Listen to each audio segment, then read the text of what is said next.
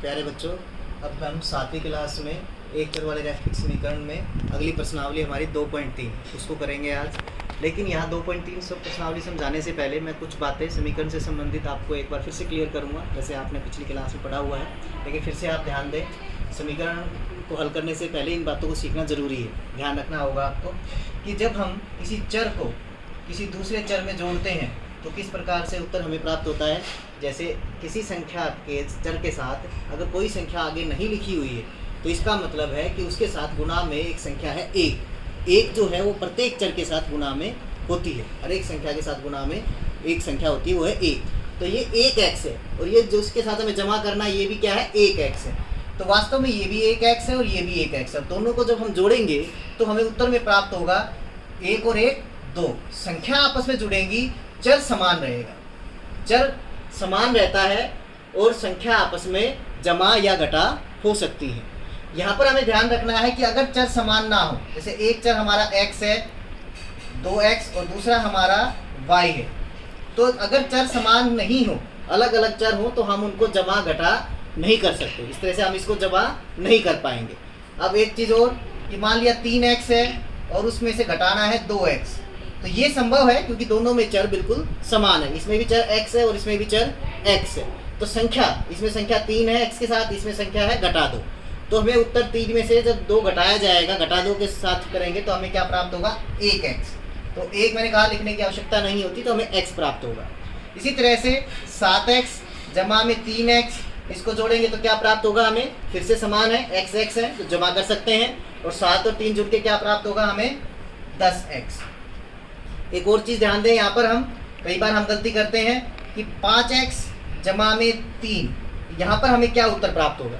अब ध्यान दें कि इस पद में चर है, x है, जबकि ये संख्यात्मक पद है, इसमें कोई चर नहीं है।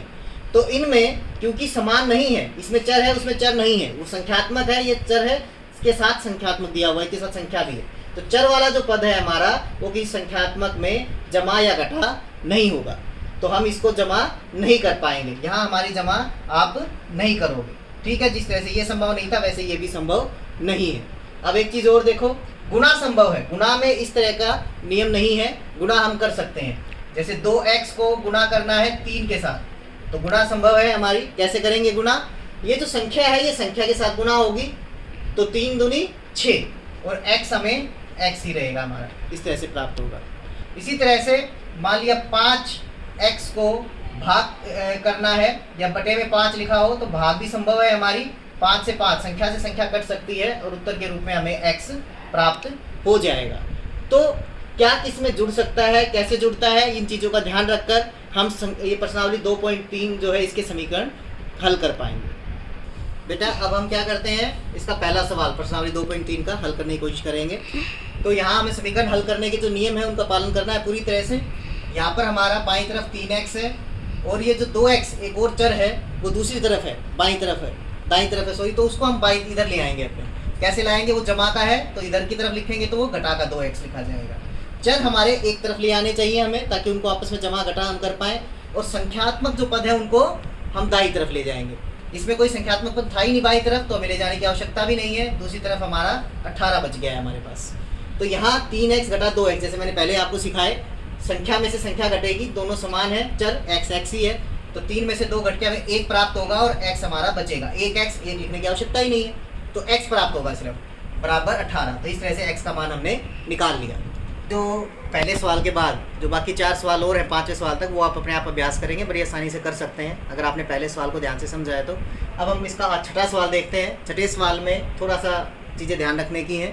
इसमें हमारे पास अलग सी जो चीज़ आई है वो ये है, ये भाग। इसमें 3 और उसके बाद ये जो ब्रैकेट हमने प्रयोग की है x घटा 1 लिखा हुआ है, तो यहाँ आपको पहले भी आपको शायद समझाया गया है मेरे द्वारा।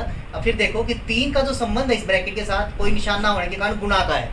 ब्रैकेट के साथ संबंध का मतलब यह है कि ब्रैकेट के अंदर जितने पद हैं उन सब के साथ 3 का संबंध गुणा का है। तो इसका हम ध्यान रखते हुए 3 को दोनों पदों से गुणा करेंगे, बाकी समीकरण हमारा उसी तरह से हल होगा।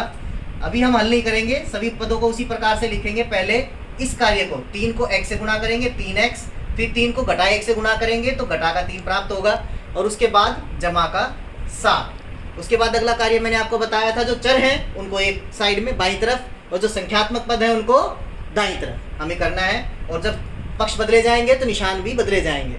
तो ये 8x ये तो अपने स्थान पर ही है, तो जमा का जमा ही रहेगा। 3x उधर से इधर लिखेंगे, घटा का हो जाएगा, उधर जमा का था, बराबर का निशान। अब हमारे पास घटा का 3 और जमा का 7 था उधर, तो इन दोनों संख्याओं को हम चाहे तो हल करके भी लिख सकते हैं इसी तरफ।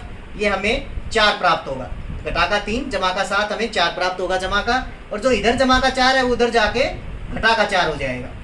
तो इस तरह से अब 8x में से 3x घटाएंगे तो हमें 5x प्राप्त होगा, और 4 में से 4 घटाते हैं तो कितना आता है 0, 0।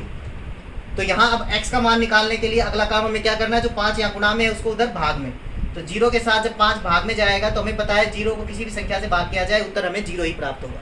तो यहाँ x का मान हमें 0 प्राप्त होगा। तो आप इसी प्रकार से आगे जो भाग है इसके और सवाल है 7वां 8वां उनको भी करने की कोशिश करें।